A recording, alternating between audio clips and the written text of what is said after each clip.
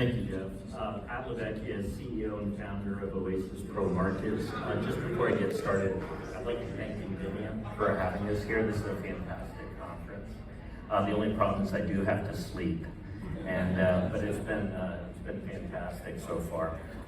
Oasis Pro Markets is a full-service investment bank, so we can do underwritings, we can do M&A, we can do a whole host of different aspects. But really, the interesting aspect for today's conference is we also have a digital securities ATS.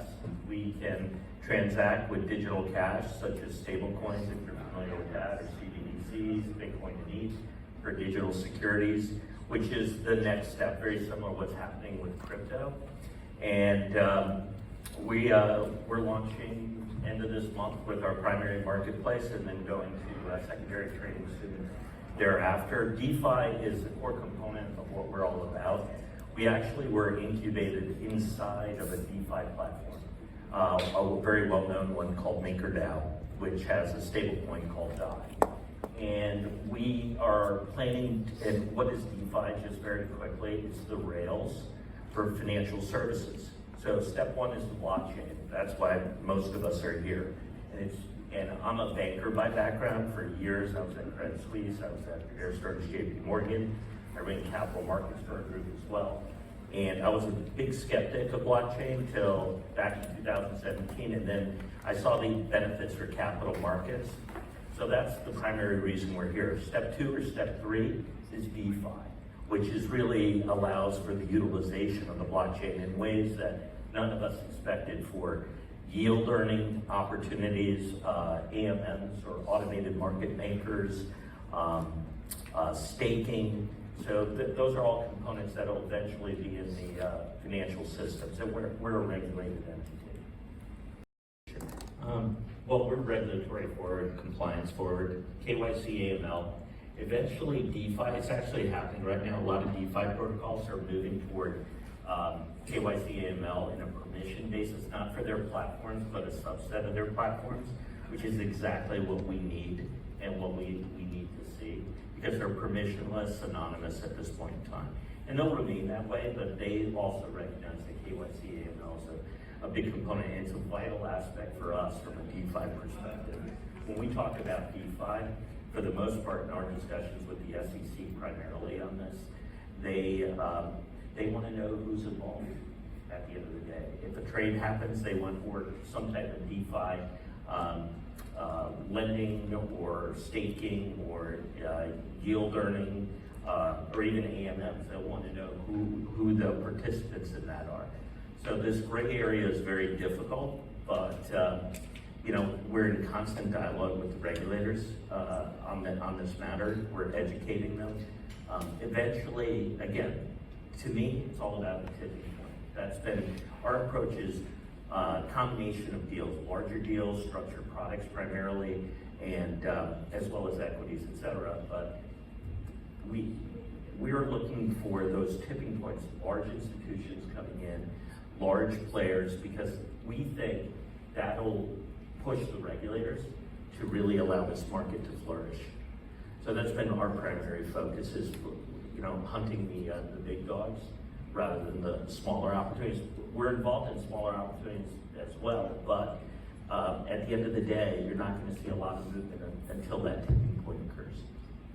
The intermediary, that sort of contradicts the notion of DeFi. Isn't what you're really talking about, and yes, I'm throwing you a softball, isn't what you're really talking about the need for identity to be established kind of on a global basis, and then DeFi can then, utilizing that identity, allow for true democratization of financing activities, whether that be loans, staking, etc.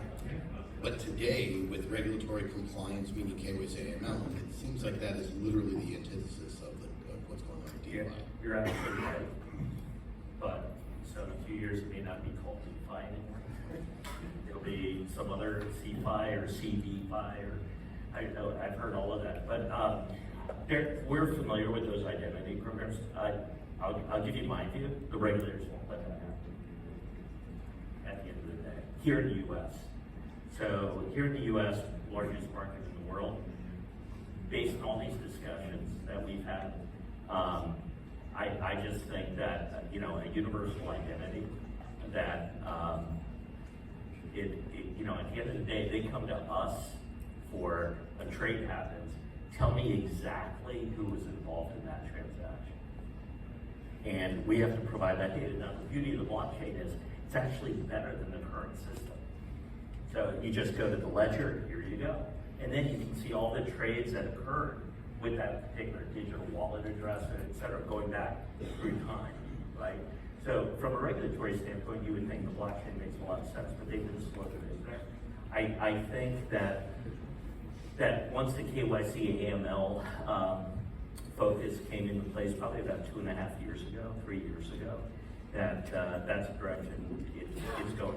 When I say 2.5, 3 years ago, I'm referring to the regulators really demanding it in our discussions.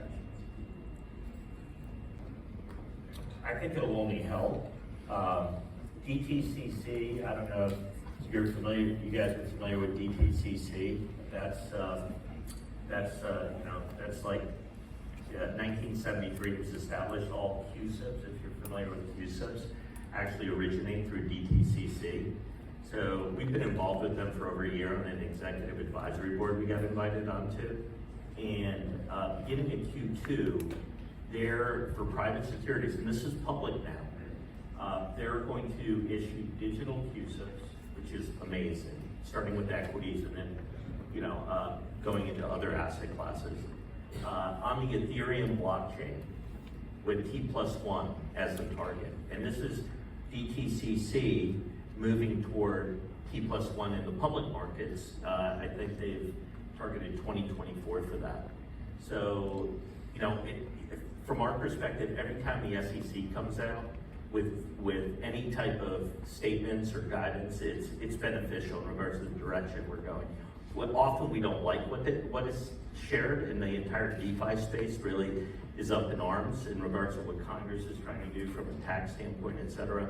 But to us, Washington's becoming more and more important.